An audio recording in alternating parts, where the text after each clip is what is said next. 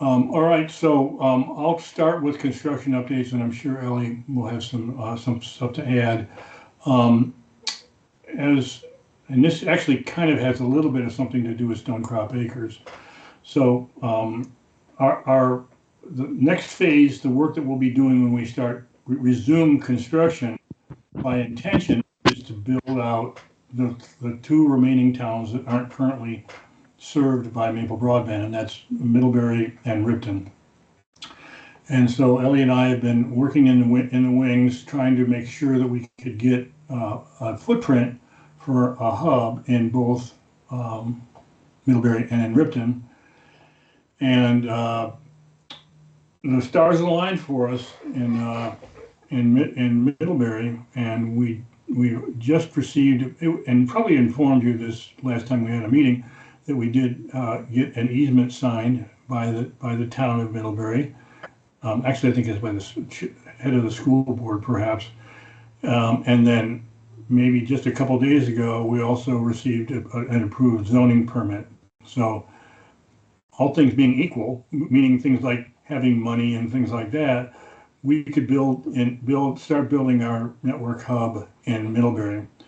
While we just got on this call, I've also done a lot of preliminary work, and we do actually have a building permit for a hub in Ripton, and the easement is pending. It's in the lawyer's hands.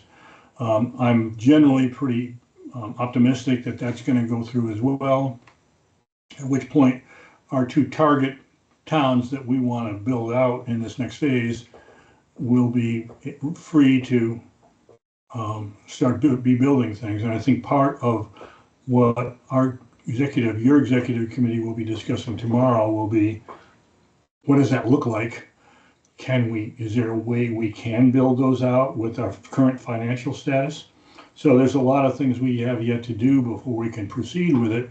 And again, as you're well aware, this kind of a decision is one that we can't make in a void, where you're going to be involved in a decision like that. So I think really what we're going to need to try to figure out is, how do we proceed? I would call it a tactical approach, because it's really, maybe we don't need to do any of this stuff if BEAD comes through for us. But I think the challenge that Ellie poses is, maybe we won't have closure on BEAD for quite a while.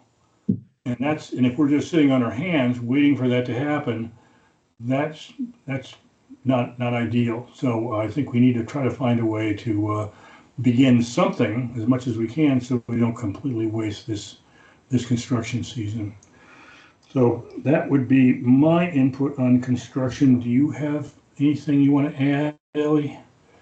I do, but Paul's got his hand up. Is that, do you have something you want to say, Paul?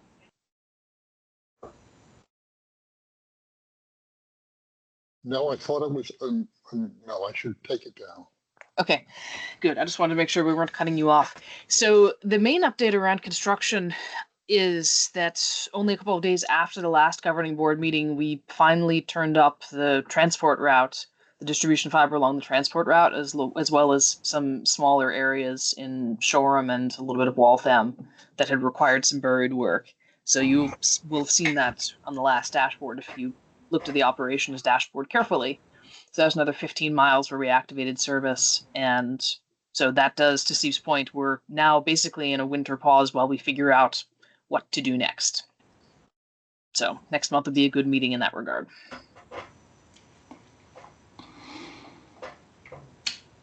Any questions from anyone before we move on to financial?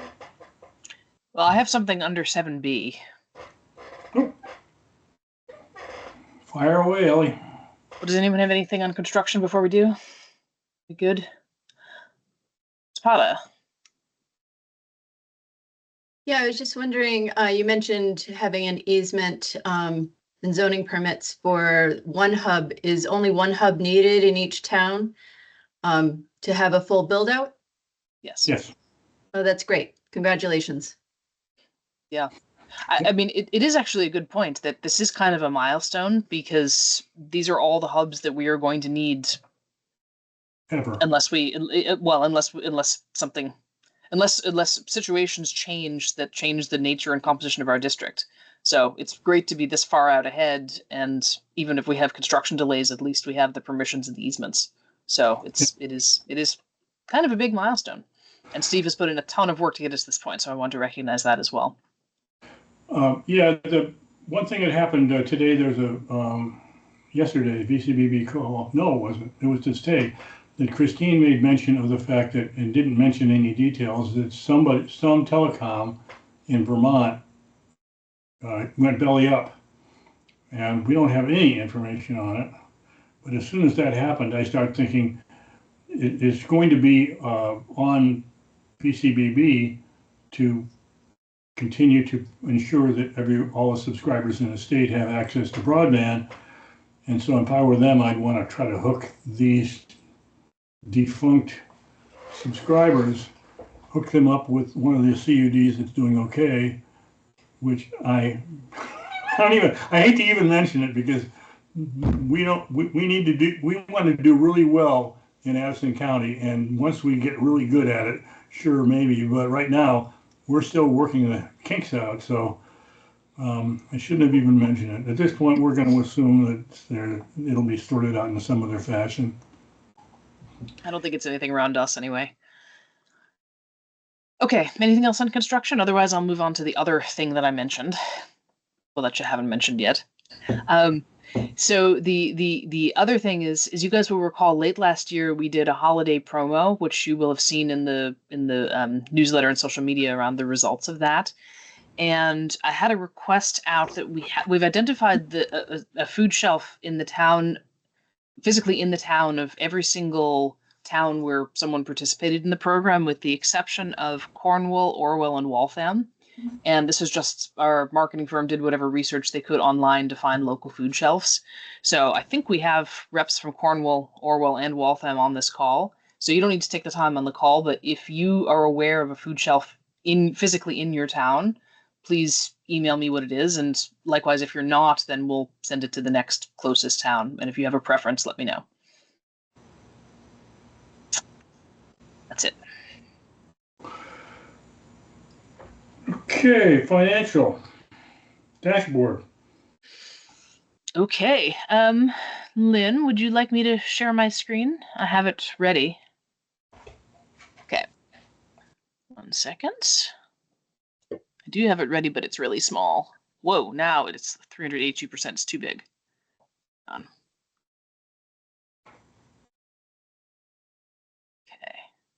Okay.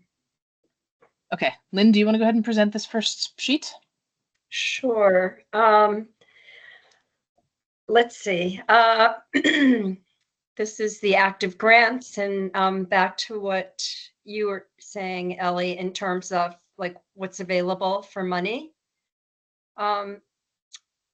There's this sort of 700,000 of ARPA, and a little over 900,000 in the construction fund.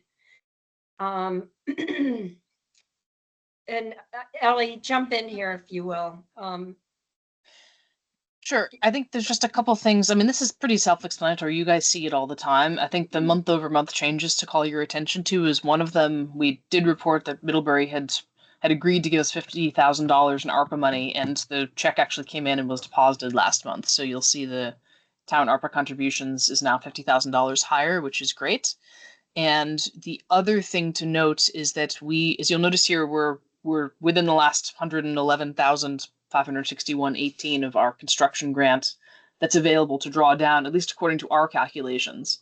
And the amount of expenses we had in the last quarter was something like 105,000 through the end of December. So I've asked the VCB or the Public Service Department more specifically to please check their records to make sure that we have this to the correct dollar and cent, because we're probably at the point of invoicing them for our final expense reimbursement for pre-construction, at which point we'll have all of the money from that grant in our bank account. And obviously we still have a healthy balance left, but that'll be because we've been invoicing them every quarter. So that will be one less bit of admin, just knowing that we have all the money from that grant actually sitting in our bank account. And I guess the other update is you'll see now that construction is also showing a negative balance again. There's a $700,000 invoice which is waiting on Waitsfield Champlain Valley Telecom to finish doing some documentation that is required under the grant. And I believe, actually haven't spoken to the person who's responsible for that this year. Between my vacation and schedules, we haven't connected, but as of late last year, he was close to being finished with that. So hopefully that'll be forthcoming soon. Any questions? Okay. And I'm going to do the operations tab quickly, and then we can circle back to the P&L. So the operations tab, we're starting a new year. So you'll see here that it's starting off fresh and clean. So the previous month year to date is, we're just starting at 0. So we are now, the main thing is, as I said earlier, we activated what we expected to have activated in December around this 15.3 miles. So we're now showing the mileage with service and the passings is in line with the business plan. So we've now caught up to what the business plan said. We were a month late, but that's okay. And then, about the same pace of new installations. We're a little bit behind the plan. We have actually had, from late January on, we had a surprising number of new registrations, which was kind of interesting because it didn't really correlate with any marketing activity. I was commenting to the marketing team that it's interesting that we did a big promotion at the end of last year trying to get people to sign up, and strangely, we actually seem to have more people sign up in January when we weren't really doing too much. So anyway, so that's good, but it does take a little while for that to flow through to the installations, and particularly in the winter, the installations are lower because of the seasonality of people who have buried conduit that we can use, but we can't try to rod it to see if it's usable until the spring. So there's a delay as a result of that. So I think that that's an enhancement to the model I'll want to make at some point, is to better account for the seasonality of when we can actually install people.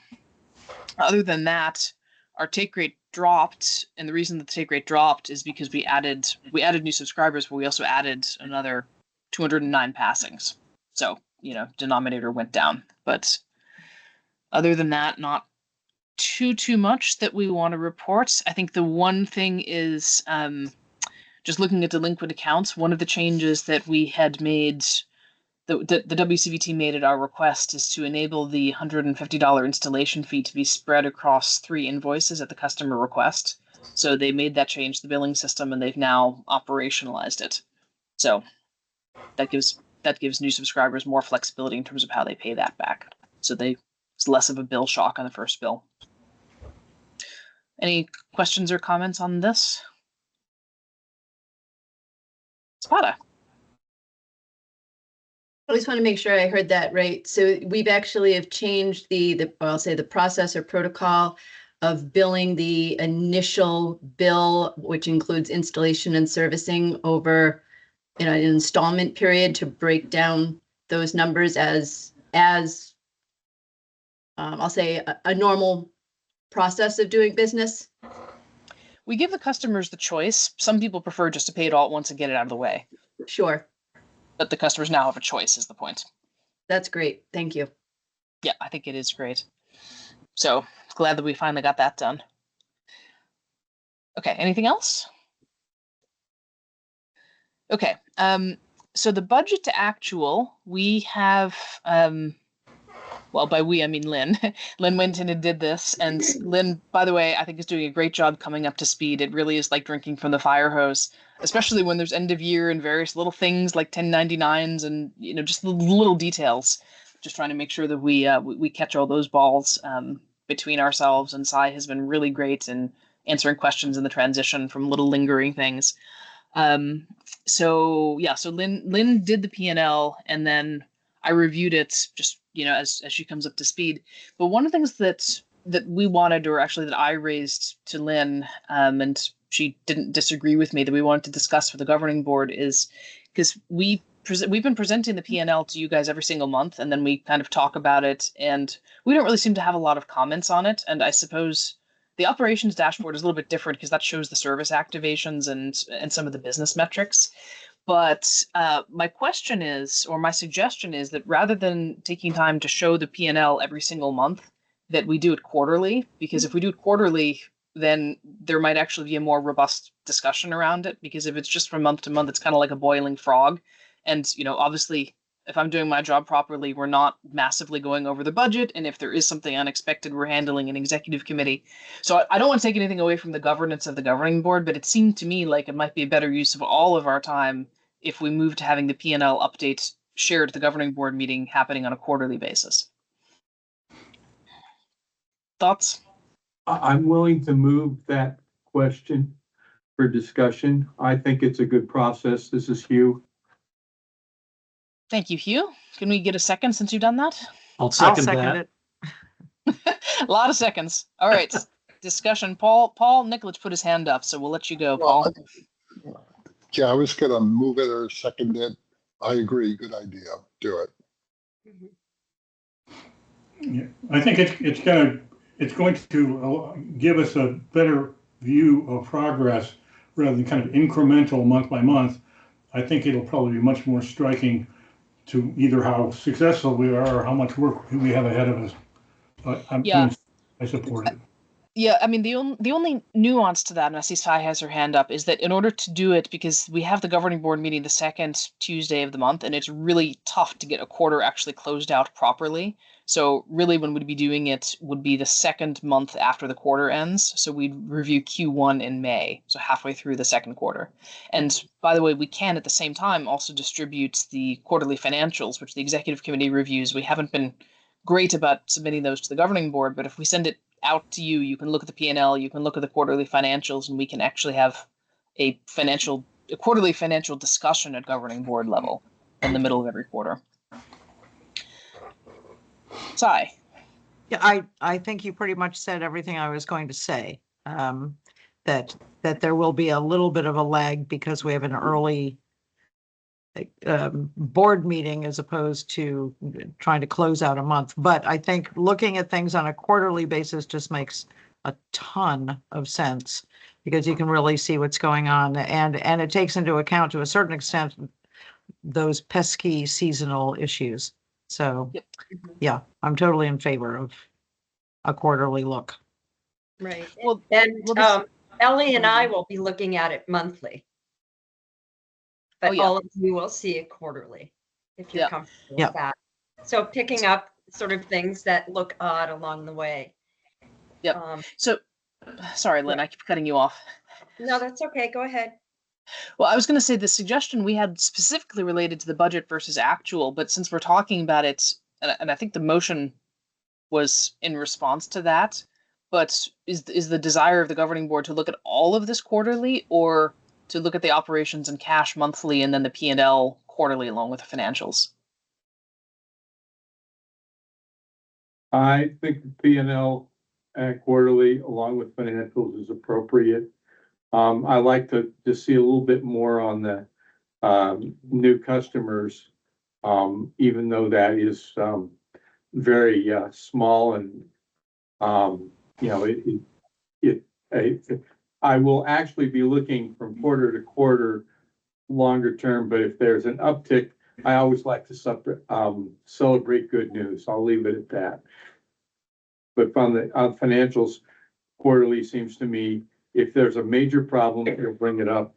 Otherwise, why are we spending a lot of time on something that we have very little impact on for operations, from my perspective? Yep, that makes sense. That was where Lynn's and my discussion was, is let's show the cash and the operations monthly, because that's a pretty quick discussion. And then it's also just it's good for you guys to have a monthly pulse on those two things because they're quite important. And especially as we get down to the bottom of the construction grant, we're going to be looking at it, or I'm going to be looking at it more frequently than monthly, just to make sure that we don't overspend the amount of money that we have. So, okay. Steve, you want to call a vote? Is there any further comments? I do indeed. So I'll make a motion that we change the reporting structure to on a quarterly basis instead of the current monthly basis, with adjustments to push out that reporting one month one month late. So the first quarter, for example, would be covering the period January through March. The report would be delivered in April. Is there a second? Steve, we One had a motion on the correction. floor already, so I think yours is just a friendly amendment to clarify the motion. Ellie? Yeah. Just one, so it's January to March, but we wouldn't look at it until early May. Not April, because we don't have all the data for March until after the middle of the month. So the period covered is January through March, Yeah, and the reporting will occur 2 months later. 1 month later.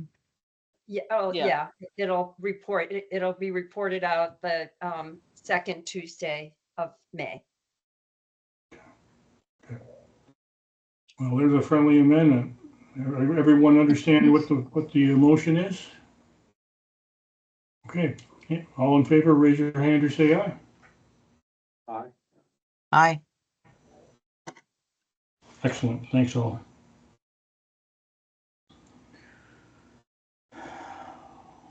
Audit update. How close are we?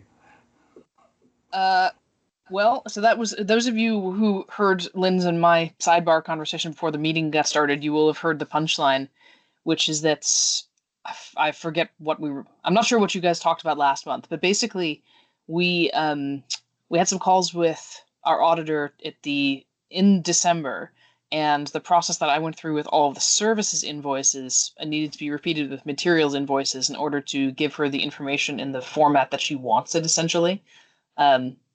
So I am nearly done with that. I have one vendor to go, and I had completed 2022 at the end of last year, because we have to make sure the 2022 that we have the starting point to start 2023, because we didn't capitalize any assets in 2022. So I sent that to Darlene in the end of last year, and then I'm nearly done with 2023 now. And so Lynn and I were just talking about getting together. Lynn's going to reach out to Darlene tomorrow. Darlene's our bookkeeper, sorry. To find a time for us all to meet and see if she has any further questions. There's a couple of questions that I had for our auditor as a result of going through this, and so we want to compile a list of questions to make sure that we have everything, and that Darlene has what she needs, and then we set up a call with the auditor. So hopefully very close. Yeah, I'm kind of feeling cynical about this because we've been talking about getting it done very, very soon for a long time. What's your best guess, Ellie? I mean, I promise I won't hold you to it, but can we get this done by the end of the first quarter? Oh my I'll be God. very upset if we don't. Yeah. Okay. Yeah, I mean, I think the other kind of editorial comment is this. I pretty much consider this my top priority. I mean, I am working on other things as discussed in executive session, but this needs to happen. Yeah, it just seems like it's not really, we can't pin, if we want to blame anybody, we can't pin the blame on any one person because there's multiple parties involved in this. And there's give and take, questions and answers, and then socializing items. And I understand that all that adds time to the process, but, we are in the first, we're well past last year now, so I'm anxious to get this sorted out, but I'm sure everyone's going this. And most important is it's got to be accurate. You need to be diligent. And then Yep. I think we're hoping for the best for this time next year. We will have done all the painful stuff now so that we don't have to deal with it next year. Well, I was going to say the good news, such as it is that in the process of doing this, I have a large quantity of the 2024 invoices already downloaded and categorized. I haven't done the Syracuse ones yet because that's a big headache. So that's going to be a big work package, but at least I've bitten off a huge chunk of the 2024 audit. So, and that is all of our express intent is to finish 2023 and roll straight into 2024. And Sai's got her hand up.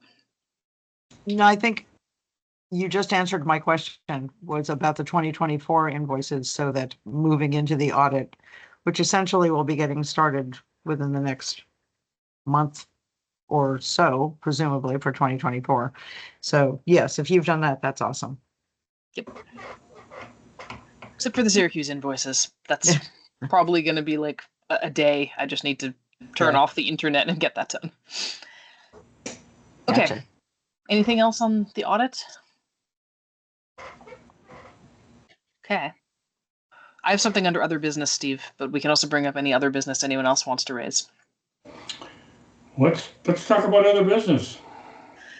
Okay, so I have an update. There are 2 bills of interest that are in the legislature right now that have been introduced. One of them is H11, so both of them are on the House side. So there's a new House Energy and Digital Infrastructure Committee this year. It was split off. Environment. So the relevant committee that dealt with broadband last year was Energy and Environment, and that committee was so totally overloaded that the legislature saw the light and split back out into how it was prior to the last session. So there's a new House committee called Energy and Digital Infrastructure, and there was one of the bills was basically a consumer protection bill. And the bill's sponsor is Laura Sibilia, who many of you guys may know the name. She's on the Vermont Community Broadband Board. She's been Vacuda's rep for a long time, and she's a big advocate of CUDs. And she was one of the architects of Act 71. So, but she's been pushing this for a number of years. It's very important to her that there kind of be a floor for how consumers are treated by all providers throughout the state. So she's introduced this bill. It was introduced last week. I was there because Vacuda had the card room that day, so I was there to hear it actually be introduced, and it's being read, I think, tomorrow, which is where Legislative Council actually goes through the text of the bill with everyone in detail, and then they're taking testimony from the Public Service Department, the VCBB, maybe the PUC, I forget, but there's a whole bunch of people from the state that are giving testimony on the bill later this week, and probably Vacuda will be asked to testify next week. So it's one of the things that we're working on in our legend policy. And I've read the bill. I need to go over it with more of a fine-tooth comb because there's a couple of small technical corrections with some unintended consequences or some things where I don't disagree with the intent, but the mechanism I probably have some feedback on. But, all in all, I think it's probably not a bad thing, and it's partly a response to changes at the federal level between the FCC and the Supreme Court, which has basically indicated that regulation is not going to be coming from the federal level. So if states want to have any sort of regulation, then around broadband and consumer protections needs to come from the state level. So there's a number of bills moving through state houses across the country that are kind of similar to this one. So that one's upcoming. And then there's another bill, which is H121, which is basically a copy paste of the New York law around affordable broadband, which is a mandate of providers that have 20,000 subscribers or over to offer low cost plans. I think the lowest cost one is $15, and then there's one of the higher speed for $20 or $25. Anyway, so this bill has also been introduced, and it's a little bit more problematic, I think. Not that disagree with the intent, but there are the general position of Vacuda at this point is that there's a number of questions and a number of things that need to be considered in the bill if such a thing is actually to be put forth and codified into statute. And so we've got a list of considerations or questions, and basically what we're recommending is that the legislature take the time to answer these questions and really think it through rather than try to rush something through right now. So I wanted to raise this to all of your attention. We'll obviously be paying a lot of attention to these things, and as there's updates, we'll be putting them out in our newsletter and probably social media as well. But I didn't want you guys to be blindsided in case someone came to you in a town and said, "Hey, what about this thing? What do you think?" Spada. Yes, I'm full of questions tonight. When it comes to legislative statute mandates, how do you expect that to influence long-term finances of the cooperatives like Maple Broadband as far as the need for potentially full-time staffing in order to carry out the mandates or the intent of the laws that they put into place? Well, that's a great question. I think One comment is that the legislature is obviously very aware of CUDs and not doing anything that would harm the business viability of CUDs. So the law as drafted is for entities that have 20,000 subscribers or over, which is way over even where EC Fiber is. Having said that, if they put a law in place that's based on based on subscriber count, the subscriber count could be changed in future and. So that is exactly one of the questions that we are expressing that they need to explore in more detail. Because CUDs are one example, but there's other small private providers, and it needs to be it needs to be carefully thought through is all. So it's a great intent. I mean, obviously, affordable broadband, affordable access is a wonderful initiative, but it needs to be better thought through, and in my opinion, personal opinion, also better harmonized with how we handle other essential utilities and essential services throughout the state, rather than just looking at everything in a silo.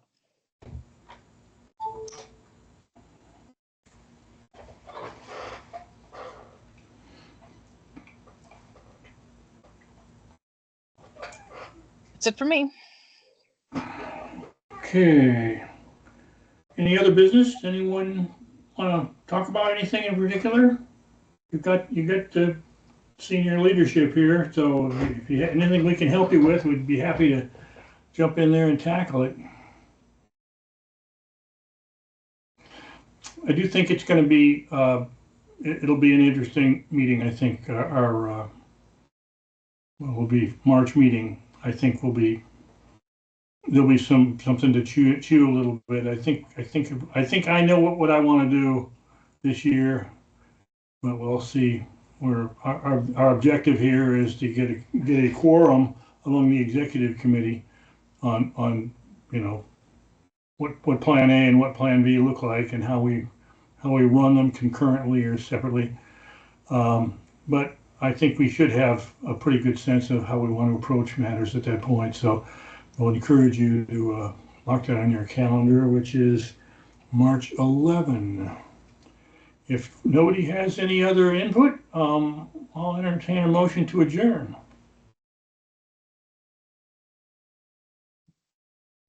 We've got a motion for call.